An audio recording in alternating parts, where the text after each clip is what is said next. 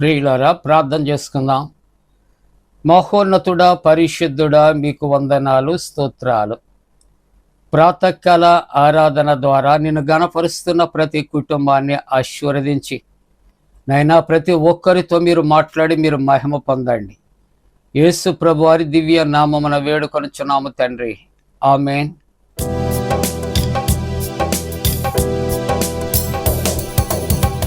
నీవు చేసిన ఉపకారములకు నేనేమి చెల్లింతును? నీవు చేసిన ఉపకారములకు నేనేమి చెల్లింతును?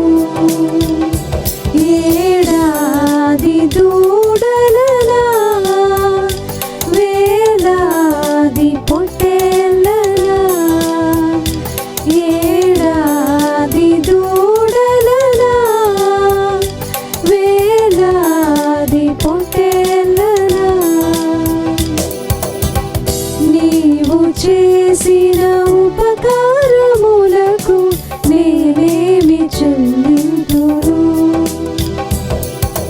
వేలాది నదులంత విస్తార తైలము నీకిచ్చిన చాలునా? వేలాది నదులంత విస్తార తైలము నీకిచ్చిన చాలునా? గర్భఫలమైన నా జ్యేష్ఠ పుత్రుని నీకిచ్చిన చాలునా? గర్భఫలమైన నా జ్యేష్ఠ పుత్రుని నీకిచ్చిన చాలునా? ఏడాది దూడలలా, వేలాది పొట్టేళ్ళలా, ఏడాది దూడలలా, వేలాది పొట్టేళ్ళలా, నీవు చేసిన ఉపకారములకు నేనేమి చెల్లింతును? మరణ పాత్రుడనై ఉన్న నాకై మరణించితివి సిల్వలో. మరణ పాత్రుడనై ఉన్న నాకై మరణించితివి సిల్వలో.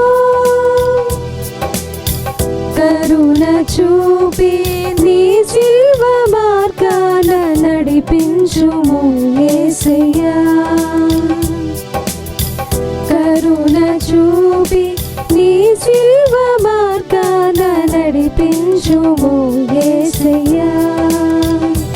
ఏడాది దూడలలా, వేలాది పొట్టేళ్ళలా, ఏడాది దూడలలా, వేలాది పొట్టేళ్ళలా, నీవు చేసిన ఉపకారములకు నేనేమి చెల్లింతును? విరిగి నలిగిన బలి అర్పణముగా నా హృదయమర్పింతును. విరిగి నలిగిన బలి అర్పణముగా నా హృదయమర్పింతును. రక్షణ పాత్రను చేబూని నిత్యము నిన్ను వెంబడించేదను. రక్షణ పాత్రను చేబూని నిత్యము నిన్ను వెంబడించేదను. ఏడాది దూడలలా, వేలాది పొట్టేళ్ళలా, ఏడాది దూడలలా, వేలాది పొట్టేళ్ళలా, నీవు చేసిన ఉపకారములకు నేనేమి చెల్లింతును? నీవు చేసిన ఉపకార చెల్లింతును. ప్రియులారా, ప్రభు పేరట మీకు శుభాలు.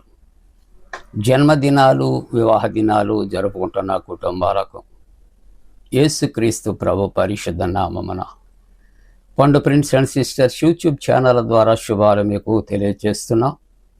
మీ కొరకు ప్రార్థన చేస్తూ ఉన్నా. మంచిదండి, మీరు క్షేమంగా ఉన్నారు కదా. దేవునికి వందనాలు. ఈ ప్రాతకాల ఆరాధన కొరకు ఏర్పాటు చేయబడిన పరిశుద్ధ లేఖనాన్ని కలిసి చదువుకుందాం. అందరము కూడా పరిశుద్ధ గ్రంథాలు తెరచి మత్తయి సువార్త 5వ అధ్యాయం 20వ వచనాన్ని చదువుకుందాం. శాస్త్రుల నీతి కంటేను పరిసయ్యుల నీతి కంటేను మీ నీతి అధికము కాని ఎడల మీరు పరలోక రాజ్యములో ప్రవేశించారు. శాస్త్రులు పరిసయ్యుల యొక్క ఆత్మీయ స్థితి ఏటో మనం ప్రతిదినం కూడా ధ్యానం చేస్తున్నాం. వారి యొక్క జీవితము అంధత్వము, అవివేకము,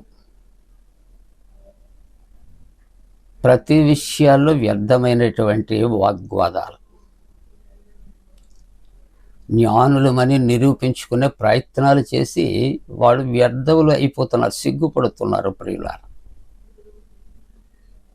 కాబట్టి దేవుని యొక్క వాక్యములో ఎఫెసీ పత్రిక 5వ అధ్యాయం 15వ వచనాన్ని మనం చూస్తున్నప్పుడు, ఎందుకు లోకములో ప్రభువుని కలిగి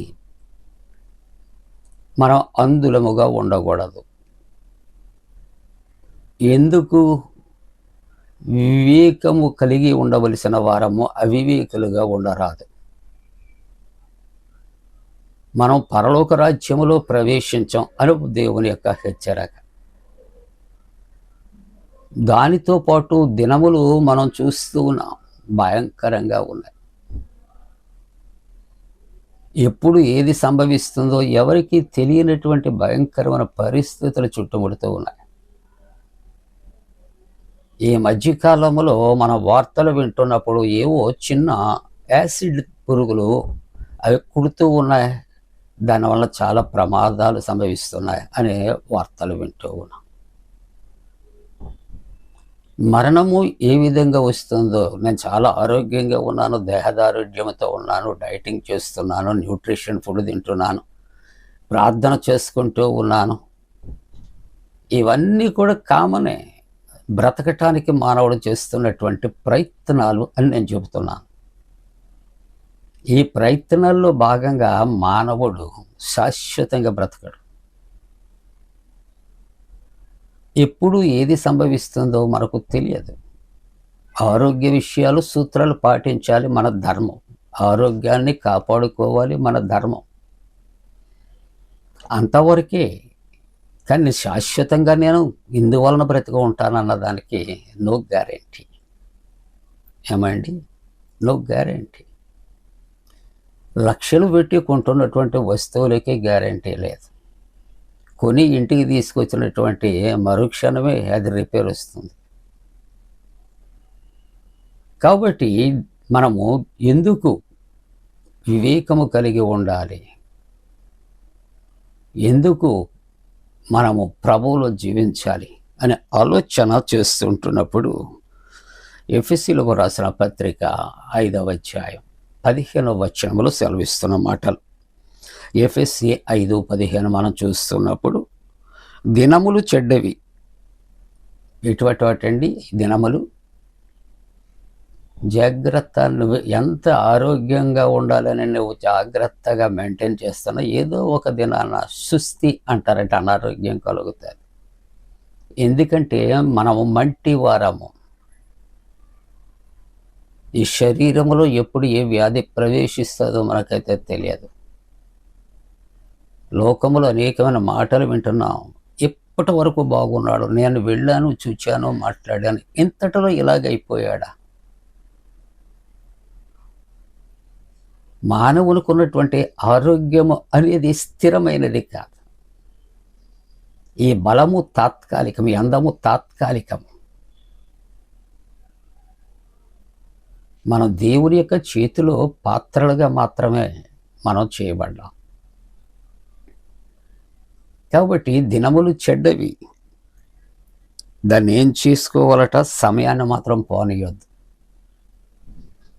దేవుడు మనకు ఒక అవకాశాన్ని ఇచ్చాడు, సమయాన్ని ఇచ్చాడు. అది చేజారిపోతే తిరిగి రాదండి. ఉదాహరణకు నీకు ఎవరైనా బహుమానం ఇచ్చారని ఒక మంచి గాజు పాత్ర 2 చేతిలో తీసుకొని దానిని గుర్తొచ్చినప్పుడల్లా ముద్దాడి అందరికీ చూపెడుతూ ఉంటున్నప్పుడు ఒక్కొక్కసారి చేయి స్లిప్ అయి పడిపోతుంది. ఆ పాత్ర క్రింద పడి పగిలిపోయిన తర్వాత అది ఎంత ప్రేమతో ఇచ్చారో, ఎంత ఖరీదైనది ఇచ్చారో, దాని యొక్క అందచందాలు, గొప్పతనము ఎంతవరకు అంటే నీ చేతిలో నుండి జారిపోక ముందే, నీ చేతిలో ఉన్నంత వరకే, నీ చేతిలో నుండి జారి క్రింద పడి పగిలిపోయినప్పుడు దాని విలువలు కోల్పోతాయి. ప్రభువు మనకి సమయాన్ని ఇస్తూ ఉన్నాడు. దీపం ఉంటుండగా ఇల్లు చక్కబెట్టుకోమని పెద్దల యొక్క ఉద్దేశాలు. నరుని యొక్క ఆత్మ యెహోవా పెట్టిన దీపం. దేవుడిచ్చిన ఆయుష్కాలం దేవుని కొరకు వినియోగించటం పోయి లోకము కొరకు, లోకములో ఉన్నటువంటి పరువు ప్రతిష్ట సమస్యల కొరకు మనం వినియోగిస్తూ ఉంటున్నప్పుడట ప్రభువు ఒకవేళ పిలిచాడు అనుకోండి, ఆయన ఇచ్చిన సమయం అయిపోయింది, ఇట్స్ ఓవర్ అంటాడు. ఆ తరువాతట ఆ సమయం వెనక్కి రాదంటాడు. కాబట్టి దాన్ని సద్వినియోగం చేసుకో, దాన్ని దుర్వినియోగం చెయ్యొద్దు. ఏ విధంగా? అజ్ఞానుల వలె కాకుండా.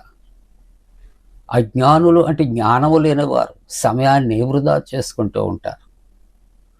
కాబట్టి అజ్ఞానుల వలె కాక జ్ఞానుల వలె నువ్వు నడుచుకున్నట్లు జాగ్రత్తగా చూచుకున్నాడు. దేవునిలో దేవుడిచ్చిన సమయాన్ని మనం చేజారిపోకుండా అజ్ఞానుల వలె కాకుండా జ్ఞానుల వలె సద్వినియోగపరుచుకోవాలి. అలా సద్వినియోగపరుచుకోకపోతే అవివేకులమే. అందుకనే ఎఫెసీ పత్రిక 5వ అధ్యాయం 17వ వచనంలో ప్రభు వాక్యం అంటుంది, ఇందు నిమిత్తము మీరు అవివేకులు కాక ప్రభు యొక్క చిత్తం ఏమిటో గ్రహించుకున్నాడు. దేవుని చిత్తము ఎరగకుండా మానవుడు ఏం చేస్తాడంటే తనకున్నటువంటి డబ్బు బలం చేత, లేకుంటే తనకు ఉన్నటువంటి వెనక వెన్ను బలము చేత నాకు అన్నీ తెలుసు అని ఎవరి మాట లెక్క చేయకుండా ముందుకు వెళ్ళిపోతూ ఉంటాడు. నీ ఉద్దేశ్యం కాదు, దేవుని చిత్తం ఏంటో నువ్వు ఎరగాలి. దేవుని చిత్తము కొరకు నువ్వు ప్రార్థన చేయాలి. పరలోక ప్రార్థనలో ప్రార్థన చేస్తే నీ చిత్తము నెరవేరును కాక. ఆయన చిత్తమే. మనం ఎన్ని ఆలోచనలు చేసినా ఆయన చిత్తం. ఎందుకంటే మన చిత్తం నెరవేరితే ఆయన ఎవరో లెక్క చేయం. ఏదో దేవుని యొక్క చిత్తము నెరవేరి దేవుడు మనల్ని ఆశీర్వదిస్తేనే ఇదంతా కూడా నా చిత్తమనే విర్రవీగిపోతూ ఉన్నాం. ఆయన ఒక్కసారి కళ్ళెర్ర చేస్తే ఇక్కడ మనం ఏమీ చేయలేం. అందుకని ఆయన చిత్తమును మనం ఏం చేయాలి? జాగ్రత్తగా మనం చూసుకోవాలి. ఇందు నిమిత్తం మీరు అవివేకులు కాక ప్రభు యొక్క చిత్తం ఏమిటో మీరు గ్రహించుకోవాలి. ముగింపుగా దేవుని యొక్క వాక్యం తీతు పత్రిక 3వ అధ్యాయము 3వ వచనములో, తీతు పత్రిక 3వ అధ్యాయం 3వ వచనములో, ఎందుకనగా మనము కూడా మునుపు అవివేకులమును, అంటే వాక్యాన్ని చెబుతున్నటువంటి నేను వివేకము కలిగిన వాడుని అని నేను వాక్యం చెప్పటం లేదు. నా అవివేకాన్ని మనుష్యులు తీసివేయలేరు. నా అవివేకాన్ని దైవవాక్యము, వాక్యమయ్యుల దేవుడు మాత్రమే మార్చగలడు. అందుకే దైవవాక్యం అంటూ ఉన్నది, ఎందుకనగా మనము కూడా మునుపు అవివేకులం. ఈవేళంటే ప్రభువులోకి వచ్చాం, ఈవేళంటే ప్రార్థిస్తున్నాం, ఈవేళంటే మనము దేవుని కొరకు మాట్లాడుతున్నాం. మన పాత జీవితాన్ని ఆలోచన చేస్తూ ఉంటున్నాడు. భయంకరమైనటువంటి పరిస్థితి. మునుపు అవివేకులము, అవిధేయులము, మోసపోయిన వారం, నానా విధములైన దురాశలకును భోగములకును దాసులమయ్యుండి దుష్టత్వమునందును, అసూయందును, కాలము గడుపుదాం. 2 అసహ్యులమై ఒకరినొకడు ద్వేషించుచూ ఉంటిమి. కానీ 4వ వచనం, మన రక్షకుడైన దేవుని యొక్క దయయు మానవుల ఎడల ఆయనకున్న ప్రేమయు ప్రత్యక్షమైనప్పుడు మనము నీతిని అనుసరించి చేసిన క్రియల మూలముగా కాక, మనం అనుకుంటాం ఇదంతా నా గొప్పతనం, నా మంచితనం, నా నీతి మొత్తం. కానీ దేవుని వాక్యం ఉండదు, మన నీతి మురికి గుడ్డ వంటిది. అక్కడ ఉన్నటువంటి శాస్త్రులు పరిచయాలు అదే అనుకుంటున్నారు, ఇక్కడ ఉన్నవారు అందరికంటే మేము నీతిమంతులు. కాబట్టి దేవుని యొక్క వాక్యం ఈ ఉదయకాలం హెచ్చరిక చేస్తూ ఉంది, మనము చేసిన క్రియల మూలము గాక తన కనికరము చెప్పనే పునర్జన్మ సంబంధమైన స్నానము ద్వారా పరిశుద్ధాత్మ మనకు నూతన స్వభావము కలుగు చేయటం ద్వారా మనము రక్షించబడుచున్నాం. ఇవన్నీ ఎప్పుడు మనలో ఉన్న అవివేకాన్ని ప్రభువు ద్వారా తొలగించుకున్నప్పుడు మాత్రమే దేవుని యొక్క ప్రేమకు మనము, జాలికి, కనికరానికి, కృపకు మనము గురి అయి పునర్జన్మ సంబంధమైన ద్వారా ఆయనలో రక్షించబడతాం. కాబట్టి మన జీవితాల్లో అంధత్వము, అవివేకాన్ని తొలగించుకుంటానికి రక్షకుడైన క్రీస్తును కలిగి ముందుకు సాగిపోదాం. అలా చేయటానికి దేవుడు తన పరిశుద్ధాత్మకుడైన మన పెమ్మిడిగా కుమ్మరించునుగాక. ఆమేన్. ప్రార్థన. పరిశుద్ధుడు అని ఇచ్చిన వాక్యమును దీవించి ఆశీర్వదించండి.